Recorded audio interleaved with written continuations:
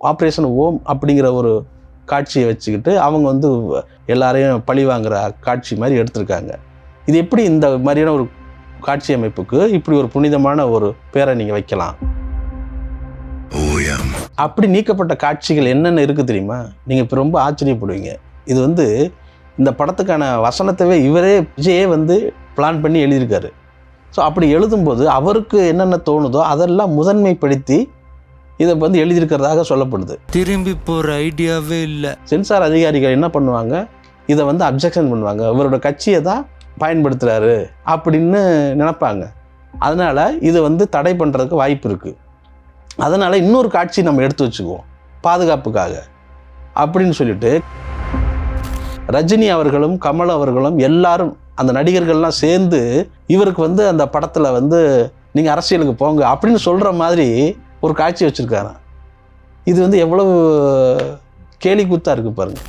எல்லாரும் என்ன நினைக்கிறாங்க, சிபிஐ விஜய் வந்த உடனே வாங்கண்ணா வணக்கங்கண்ணா அந்த மூளையில் உட்காருங்கண்ணா, எங்கள் கூட்டணிக்கு வருவீங்களா இல்லை திகாருக்கு போவீங்களா, ஜனநாயகன் வெளியாகணும் கொஞ்சம் யோசிச்சு சொல்லுங்கண்ணா, இப்படி வந்து பாட்டு பாடிட்டு இருக்கோம். விஜய் வந்து ஐ ஆம் கம்மிங் அப்படின்னு சொல்லி கூட்டணியில் இணைஞ்சுக்குவாருங்கிற விமர்சனத்தை வந்து பலரும் வச்சுக்கிட்டே இருக்காங்க. படத்துக்கு ஹைப் கொடுக்கணும் அப்படிங்கிறது விஜயே பண்ணுற வேலை அப்படின்னு சொல்லி இணையதளங்கள் முழுக்க நிறைய எழுதுறாங்க. யாரோ ஒருத்தர் வந்து விஜயோட ஆள் மனசில் போய் நீங்கள் எம்ஜிஆர்னு சொல்லி வச்சுருக்காங்க. நீங்கள் இப்போ எம்ஜிஆர் என்னென்ன பண்ணாரோ அதையெல்லாம் நீங்கள் பண்ணீங்கன்னா இந்த மக்கள்கிட்ட வந்து நீங்கள் சீக்கிரம் ரீச் ஆகலாம் அப்படி சொல்லி வச்சுருப்பாங்க.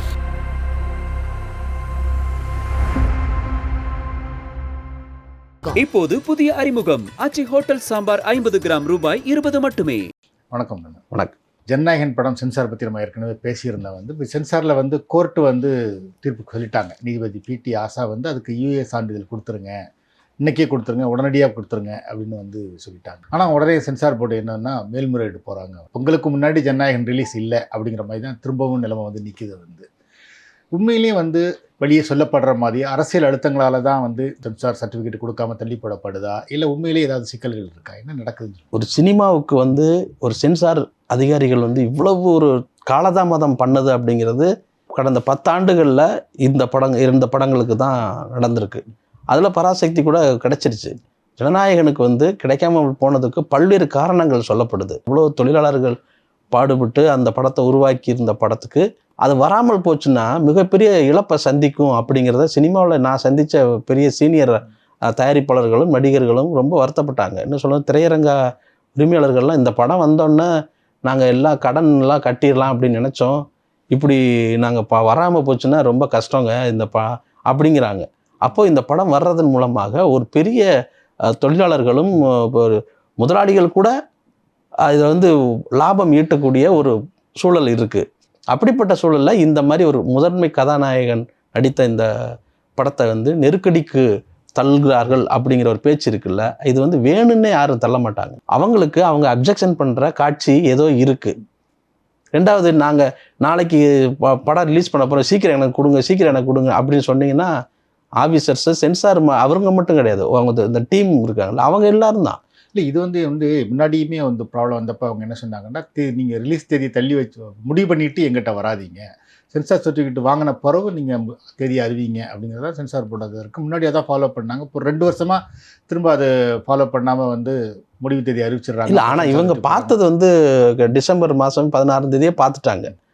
ஆனால் இவ்வளவு நேரத்துக்கு இந்த ஒரு மாதம் கிட்ட நெருங்க போகுது, அது வரைக்கும் சர்டிஃபிகேட் கொடுக்கல அப்படிங்கிறது தான் கேள்வியாக இருக்குது. எல்லாருமே வந்து யூஏ சான்றிதழ் கொடுக்கலான்னு சொல்லிட்டாங்க, ஒருத்தர் மட்டும் அப்ஜெக்ட் பண்ணாத சொல்கிறாங்க. படம் பார்த்துட்டு வந்த உறுப்பினர்கள்ட்டையோ ஆஃபீஸர்ஸ்கிட்டையோ நீங்கள் வந்து வாக்குவாதம் பண்ணிங்கன்னா அவங்க அதை பர்சனலாக கூட எடுத்துக்குவாங்க. சில பேர் பர்சனலாக கூட அது நம்ம பல கட்டங்களை இங்கே பக்கத்தில் திரையரங்குகளை ப்ரெஸ்ஸை போடும்போது நம்ம பார்த்துருக்கோம். அந்த அவங்க அப்படியே எடுத்துக்கிட்ட ஆரம்பிச்சாங்கன்னு வச்சுக்கோங்க, நீங்கள் அவங்ககிட்ட ஒன்றும் வாதாடவே முடியாது. எஸ்ஜே சூர்யா அவருடைய படத்துக்கு வந்து செல்ஃபோனை எடுத்து ஆஃபீஸர்ஸ் அதிகாரிகள் முன்னாடி எரிஞ்ச அந்த வரலாறுலாம் இருக்குது. நீங்கள் வந்து கோபத்தில் அவங்கள நீங்கள் என்ன சொன்னாலும் வற்புறுத்தியெல்லாம் நீங்கள் வாங்க முடியாது. அவங்க திருப்தி அடைந்தால் மட்டும்தான் அவங்க கொடுப்பாங்க. அப்படித்தான் வந்து இந்த படத்தில் என்ன நடந்திருக்கு அப்படின்னா, ஒரு காட்சியில் வந்து ஆப்ரேஷன் ஓம் அப்படிங்கிற ஒரு காட்சியை வச்சுக்கிட்டு அவங்க வந்து கதாநாயகன் வந்து ஒரு எல்லாரையும் பழி வாங்குற காட்சி மாதிரி எடுத்திருக்காங்க. இது எப்படி இந்த மாதிரியான ஒரு காட்சி அமைப்புக்கு இப்படி ஒரு புனிதமான ஒரு பேரை நீங்கள் வைக்கலாம்? இதை விட இராணுவ ஹெலிகாப்டர்கள், இராணுவ தாக்குதல் இதெல்லாம் காமிக்கும்போது அதுக்கு வந்து முறைப்படி நீங்கள் அவங்கள்ட்ட அனுமதி வாங்கணும். இராணுவம் பற்றின செய்திகளோ ஃபோட்டோவோ அது வீடியோவோ நீங்கள் பயன்படுத்துனீங்கன்னா, ஹெலிகாப்டரோ நீங்கள் பயன்படுத்துனீங்கன்னா அதுக்கு நீங்கள் முறைப்படி அனுமதி வாங்கிட்டு தான் நீங்கள் பயன்படுத்த முடியும். அப்படி வந்து இராணுவத்துடைய இலச்சினைகளை வந்து அந்த எம்பளத்தை வந்து அவங்கள அனுமதி வாங்காமல் பயன்படுத்தியிருக்காங்க அப்படிங்கிற ஒரு பேச்சு இருக்குது. அதனால் நம்ம நேரடியாக சென்சார் அதிகாரிகளை வந்து குறை சொல்ல முடியாது. ஜனநாயகன் தரப்பில் என்ன சொல்கிறாங்கன்னா, டிசம்பர் 16ஆம் தேதி அவங்க என்னென்ன காட்சிகளை நீக்க சொன்னாங்களோ அதெல்லாம் நீக்கி நாங்கள் திரும்ப சப்மிட் பண்ணிட்டோம், ஏன் இவ்வளோ காலம் கழித்து வந்து திரும்பவும் பிரச்சனை பண்ணுறாங்க அப்படின்னு. அப்படி நீக்கப்பட்ட காட்சிகள் என்னென்ன இருக்குது தெரியுமா? நீங்கள் இப்போ ரொம்ப ஆச்சரியப்படுவீங்க. இது வந்து இந்த படத்துக்கான வசனத்தவே விஜயே வந்து பிளான் பண்ணி எழுதியிருக்காரு. ஸோ அப்படி எழுதும்போது அவருக்கு என்னென்ன தோணுதோ அதெல்லாம் முதன்மைப்படுத்தி இதை வந்து எழுதியிருக்கிறதாக சொல்லப்படுது. நியாயமாக நாட்டின் பாதுகாப்புக்காகவும் இராணுவத்தினுடைய இலச்சினைகளை பயன்படுத்துவதும் அவங்க செய்திருந்தாங்கன்னா அதை வந்து கண்டிப்பாக அப்ஜெக்ஷன் பண்ணி தான் ஆவாங்க. அப்படி தான் வந்து இந்த இதுக்கு நடந்திருக்குமோ அப்படிங்கிறது என்னுடைய பார்வை. இன்னொரு விஷயம் என்னென்னா, இந்த சென்சார் போர்டு வந்து அப்ஜெக்ஷன் பண்ணும், என்னென்ன செய்யும் அப்படிங்கிறத ஒரு திரைப்பட அனுபவம் உள்ள ஒருத்தரை சென்சார் அதிகாரிகள் மாதிரி ஒருத்தரை வந்து பக்கத்திலே வச்சுக்கிட்டு படம் எடுத்த டைரக்டர்லாம் தெரியும். அப்படி உருவான படங்கள்லாம் இருக்குது.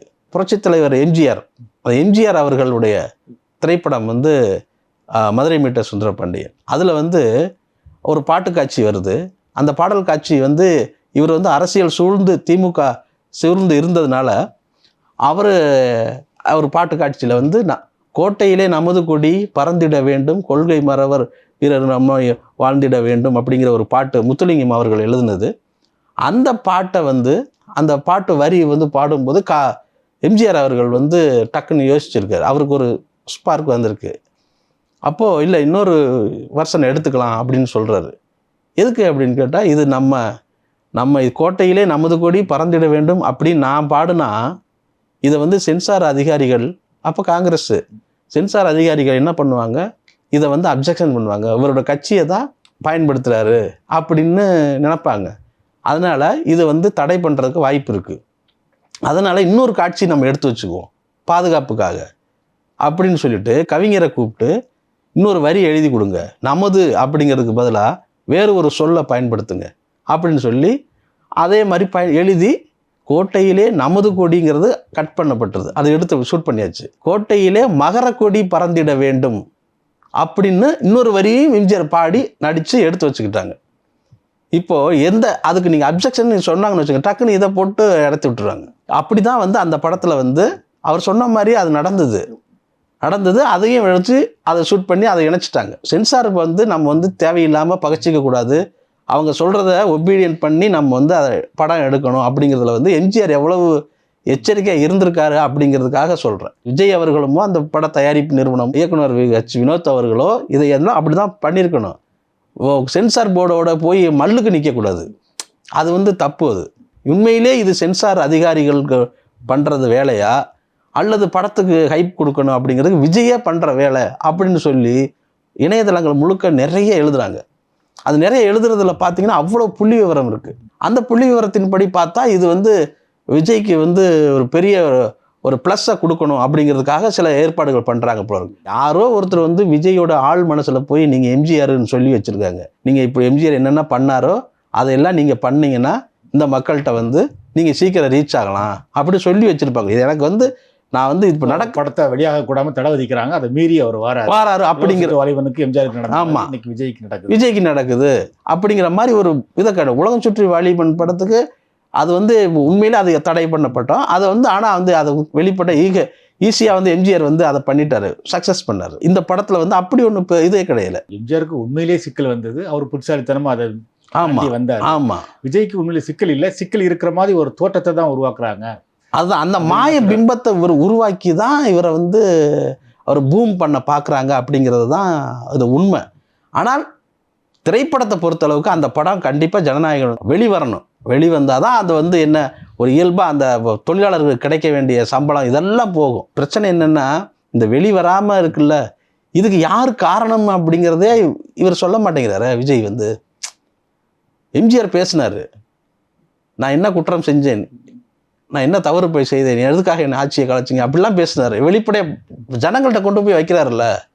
இது மாதிரி அவர் செய்யலையே.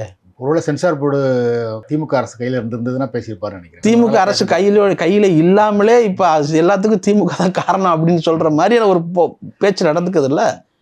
இப்போ அது வெளிப்படையாக அவர் வந்து பேச வந்தாருன்னா மத்திய அரசாக சொல்ல வேண்டியிருக்கும். இதனால் அது ஒரு பகையை ஏற்படுத்த வேண்டியிருக்கும். இப்படி ஒரு சிக்கலில் வந்து இந்த ஜனநாயகன் படம் இருக்குது.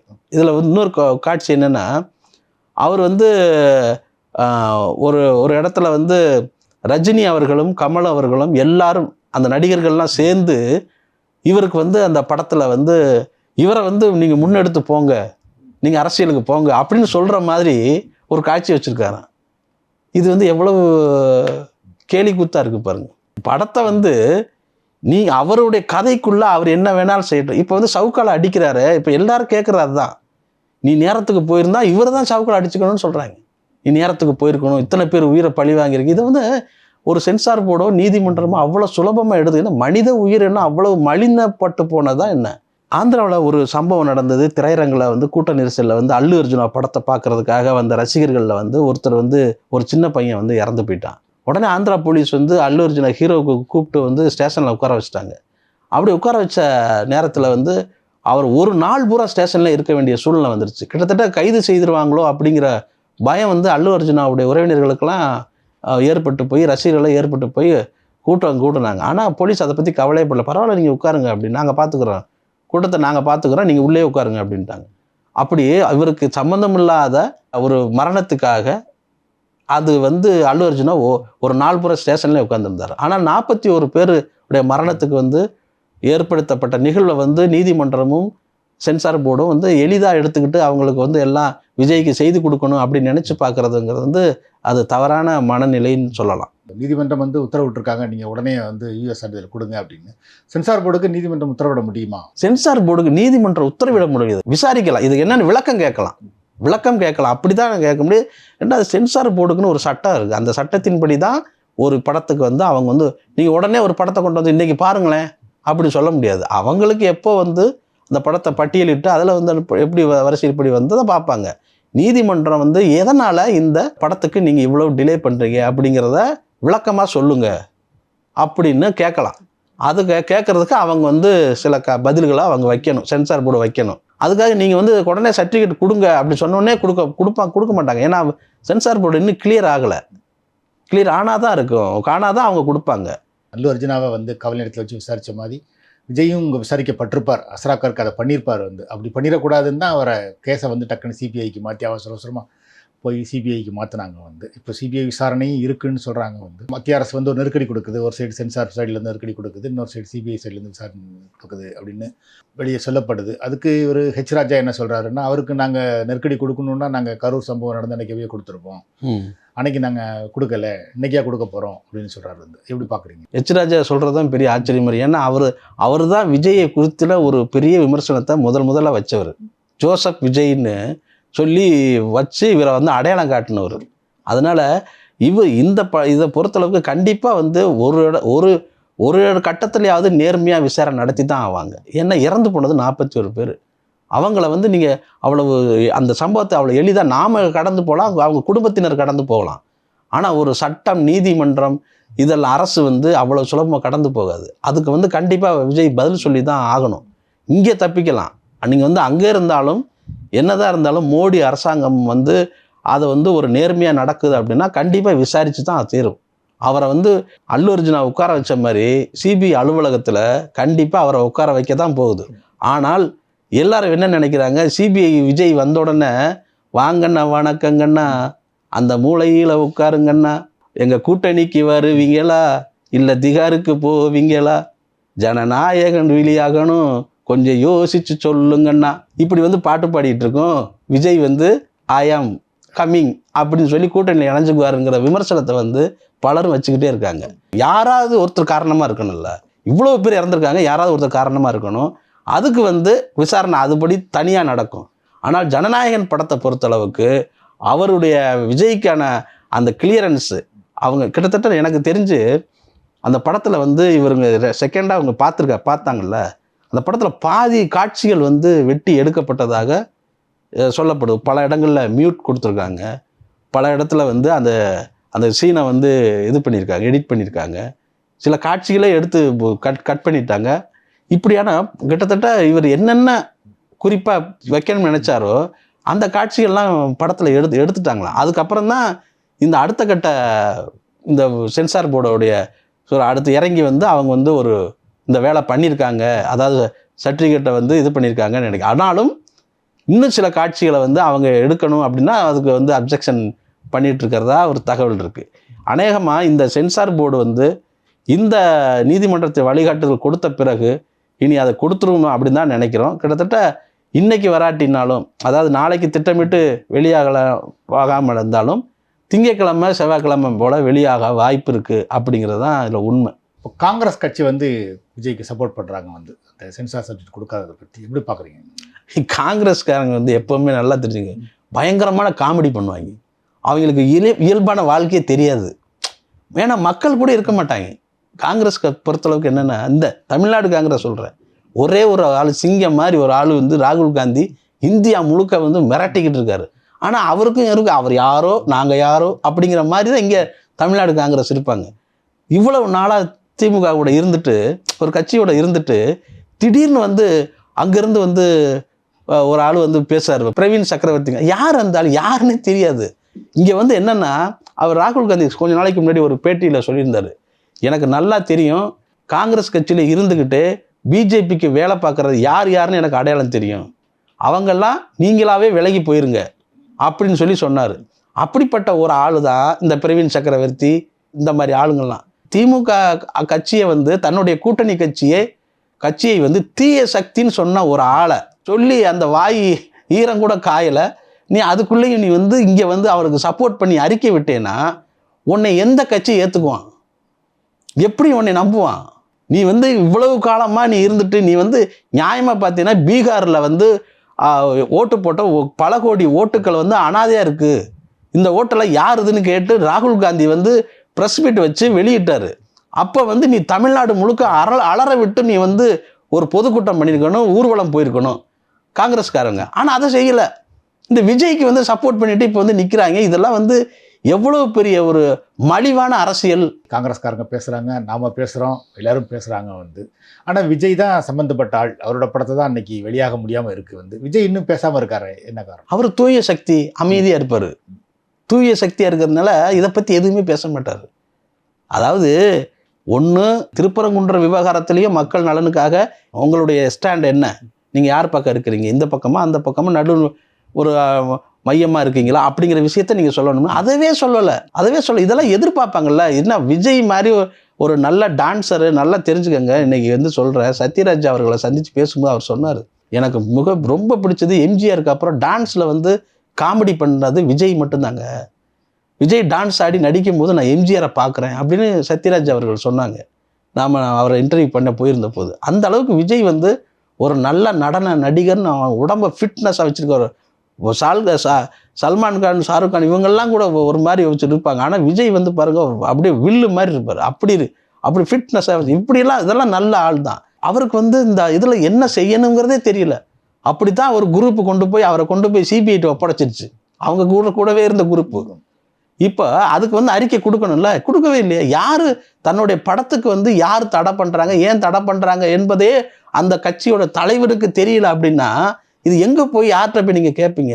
அதனால் விஜய் வந்து விரைவில் வந்து இதுக்கான முடிவை வந்து அறிவித்து ரசிகர்களை வந்து ஒரு சாந்தப்படுத்தணும் அப்படின்னு கூட அவருக்கு தோணலை. கண்டிப்பாக வரும். இதில் என்ன பிரச்சனை அப்படின்னா, இன்றைக்கி படம் வரலைன்னாலும் தயாரிப்பு நிறுவனம் என்ன சொல்லியிருக்கு, இப்போ வராதுங்க அப்படின்னு சொல்லி அறிக்கை விட்டாங்க. அது வந்து சென்சாருடைய ஸ்ட்ரிக்டான கண்டிஷன். எப்படி நீங்கள் வந்து நாளைக்கு வச்சுக்கிட்டு இன்றைக்கி வந்து நீங்கள் கேட்பீங்க, அப்படிலாம் தர முடியாதுங்கன்ட்டாங்களா. வேறு வழி இல்லாமல் அந்த அறிக்கையை விட்டாங்க. 23 இப்போ நாளைக்கு தள்ளி போகுதுன்னு வச்சுக்கோங்க. அடுத்த வாரத்தில் வந்து மங்காத்தா ரீரிலீஸ் ஆகுது. ஏற்கனவே அட்டகாசம் ஒரு படம் ரீரிலீஸ் ஆகி பயங்கரமாக ரசிகரோட கொண்டாட்டத்தில் இருந்தது. இப்போ அந்த படம் வந்ததுன்னா நேரடியாக அஜித் படமும் விஜய் படமும் மோதுற மாதிரியான ஒரு சூழல் வந்துடும். இப்போ இப்படியெல்லாம் ஒரு சிக்கல் இருக்குது. ஆனால் பேச வேண்டிய விஜயே வாய் திறந்து பேசலை. பாவம் இந்த காங்கிரஸ் கட்சிக்காரங்க பூரா அவருக்கு காவடி தூக்கிட்டு இருக்காங்க. அவர் காவடி தூட்டிட்டு இருக்காங்க. இதுதான் வந்து காங்கிரஸோடைய வளராமல் போனதுக்கு காரணம்